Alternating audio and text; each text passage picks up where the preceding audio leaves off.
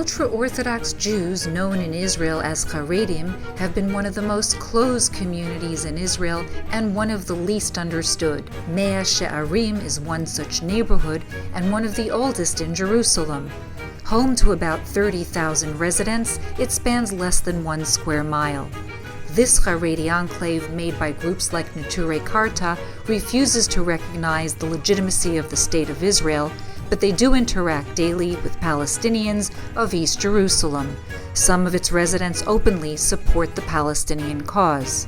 The media line tried to speak to Arab workers and Haredi residents, but many refused to appear on camera.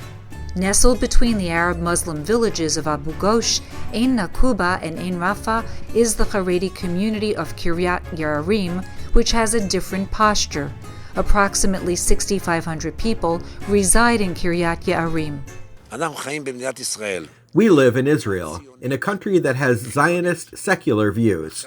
As an ultra-Orthodox Jew, I'm against these secular ideas. But I will never in my life stand on the side of the Palestinians instead of the Zionists, because the latter is at least our people. The ultra-Orthodox community of Mea Shearim is made of a small number of extremist groups, which not only stand against Zionism and secularism, but prefer to support Palestine instead. This is a big shame. They have Palestinian flags in their communities, just to go against Zionists. I am also not Zionist, and on Independence Day, I do not celebrate at all, but I will never act this way. This is simply not normal. Both communities coexist daily with Arabs. They connect daily through work, shopping, and leisure activities. We've coexisted with Arabs here for many years, and according to some of them may even have Jewish ancestry. I don't know much about that, but overall, the relationship is positive. A few days ago, I spoke with an Arab friend from Abu Ghosh. He told me he works with Jews and shared how positive the experience has been for him, especially compared to working within his own community. He gave 2 main reasons: better working conditions and a higher salary. He also said that working with Jews has brought a sense of mutual respect. He explained that with Jews there is mutual respect. Overall, this is a good example of coexistence. Arabs see that they can also benefit from these relationships and build a better life for themselves. Close to us is Abu Ghosh, an Israeli Arab village where both Muslims and Christians live. We also have a neighboring secular Jewish community called Neve Ilan, and we represent a religious Jewish community. We all border one another. We don't have formal relationships, but we certainly don't have any problems, neither with Abu Ghosh nor with Neve Ilan. It's not like this in the West Bank, where people from different communities clash on a daily basis, and there are more extremists. Here, I can walk through Abu Ghosh in the middle of the night, and nothing will happen to me, which isn't the case in other parts of Israel. Aaron, who represents younger religious residents, spoke to the media line. We live alongside the other side, the Arabs who live near us. In my opinion, we don't have a close relationship, but there's definitely mutual respect. A few miles away from Kiryat Yearim in Ein Nakuba is a Narghile Café. It became a meeting point between the Jewish ultra-Orthodox community and its Arab hosts.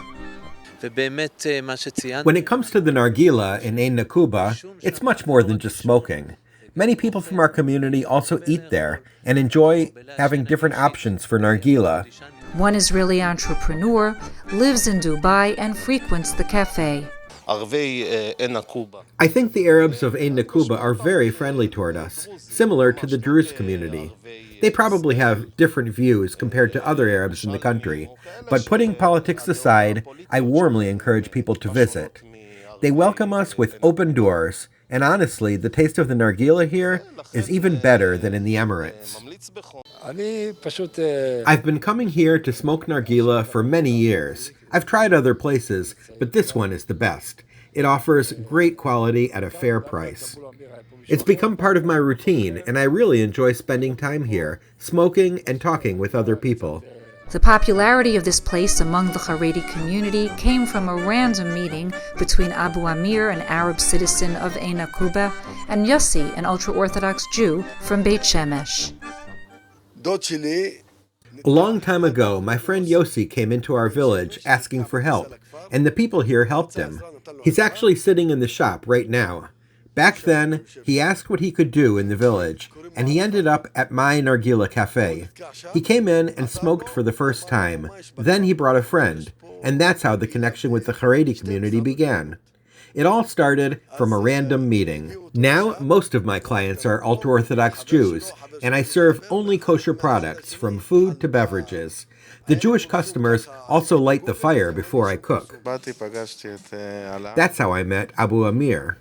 I sat down to smoke, and at the time I was the only Ultra-Orthodox Jew there, surrounded by Arabs. Since then, I've been coming every day. These places defy headlines. In spaces where ideology divides, reality stitches small seams of coexistence, sometimes in Torah, sometimes in tobacco. From Kiryat, Shearim, Giorgia Valente, reporting for the Media Line.